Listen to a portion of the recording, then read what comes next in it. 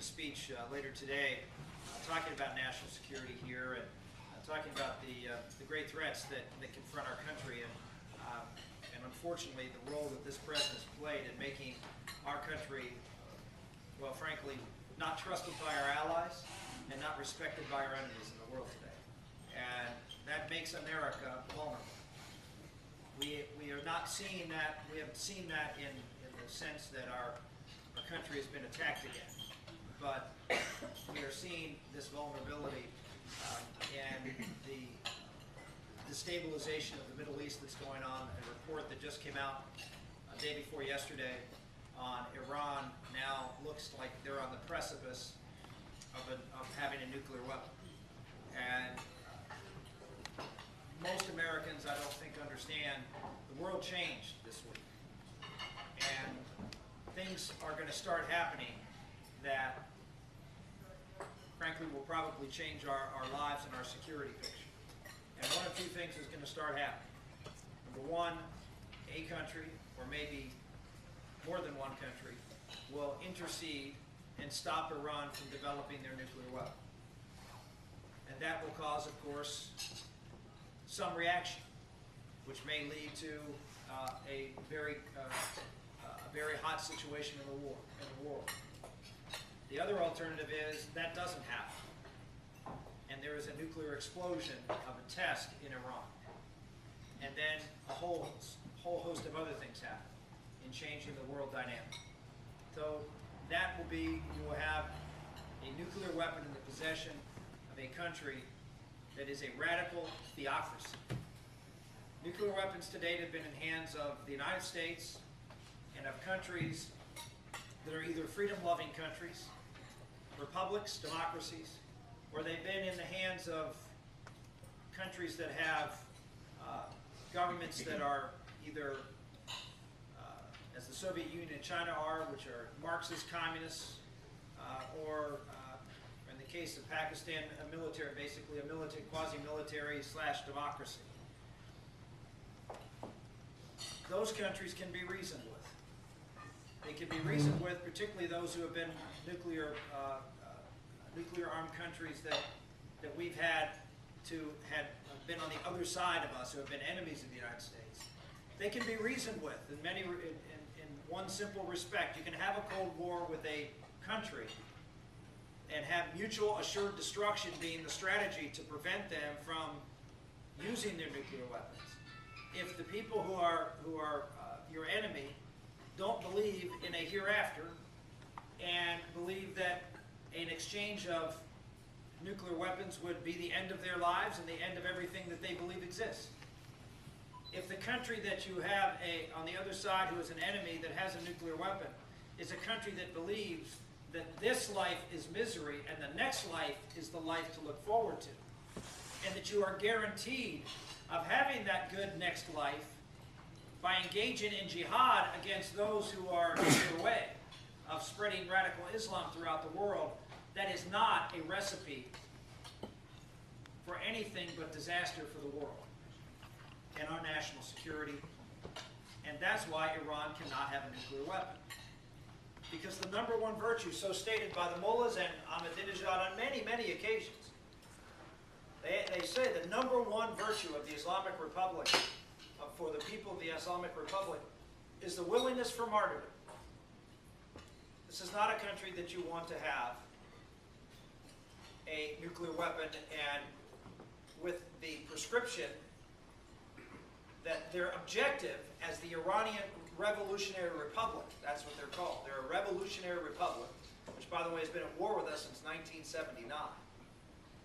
You don't want those groups of folks who believe it is their objective to spread this revolution, to have the wherewithal either to use a nuclear weapon or, just as importantly, and in fact I believe more importantly, a country that has a nuclear weapon that believes it will be shielded from any aggression, any opportunity, any chance that that country could be invaded or attacked, because they now have a nuclear shield. No nuclear country has ever been attacked. None. And the expectation is none ever will, because of the fear of retaliation of nuclear weapons. And so as a result, they now can, with impunity, spread terror throughout the world, overthrow the state of Israel, doing so openly, in supporting Hezbollah and Hamas, Palestinian Authority, the Egyptians, the Syrians, doesn't matter, because they know that they will be safe in doing so. The world will change. And this president has developed a strategy which is inconsistent with what his stated policy is. His stated policy is correct. Iran cannot get a nuclear weapon. His strategy to make that happen guarantees Iran will get a nuclear weapon because he's doing nothing about it. Right. He's doing nothing. He is appeasing, placating, ignoring all the present threats, all the exposed threats. I mean, when the Iranians collaborate with Mexican drug cartels to assassinate the Saudi ambassador in the United States, that's an attack on our soil by a foreign government. President Eric Holder went out and repeatedly talked about what a big deal this was. What has been the reaction? What's happened? Has anything happened other than the fact that we condemned them for doing it? Nothing.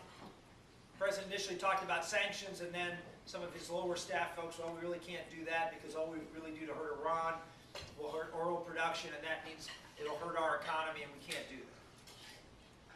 Well, we can't respond militarily. You know, we can't do anything to help insurgent groups because we've already lost that opportunity when they had it 2 years ago during the Green Revolution, when we had a chance to embrace revolutionaries like we did in Egypt, a friend of the United States, a regime that was friendly to the United States. We embraced the rebels. A regime that is at war with the United States, we chose to embrace the mullahs and the theocrats. He has created an environment where Iran is destined to get a nuclear weapon, and there's only one country right now that seems to be willing to stand in that way, and that's Israel, and this president is doing everything he can to dissuade Israel from acting. Don't think that all of the things you've seen in the lead up to this crisis, and it is a crisis, the press isn't reporting it, they'd rather report other stories. The crisis is now. Israel is contemplating. They have to. Iran has said repeatedly they want to destroy the state of Israel. Repeatedly. Do you know that Iran annually holds a Holocaust conference denying the existence of the Holocaust? They have conferences where they bring in Holocaust deniers. And you say, well, it's fantasy. I mean, it's crazy. Polls in the Middle East show that a majority of people in the Middle East believe the Holocaust did not occur. The majority of Iranians don't believe it occurred. Because that is what leaders of this revolution, of the jihadists, that's the narrative. It's the narrative that then says, well, if the Holocaust didn't occur, one of the principal reasons that Israel was granted that partition was because of the Holocaust. So they say Israel has no right to exist. It was created as a result of a fantasy. These are the things that this administration, and frankly the prior one, did not confront. I did when I was in the United States Senate. I said in my debate on Meet the Press back in 2006, when Tim Russert asked me what's the greatest national security threat to this country, I said Iran. We were in the middle of an Iraq war, which was not going well. And he said, no, you mean Iraq. I said, no, I mean Iran. I said, the bigger threat has always been in the Middle East, Iran. And this president has done nothing about it. And I was talking about Bush, not Obama. This has been a problem in 2 presidencies. We've taken our eye off the major problem in this region. And it's always been the major problem in this region. It's always been one for the United States. The last time we had a Democratic president that had a problem with Iran, we had hostages over there. I hate to predict that by election year next time, that will be seen as a minor problem compared to what we will have in store for us this time.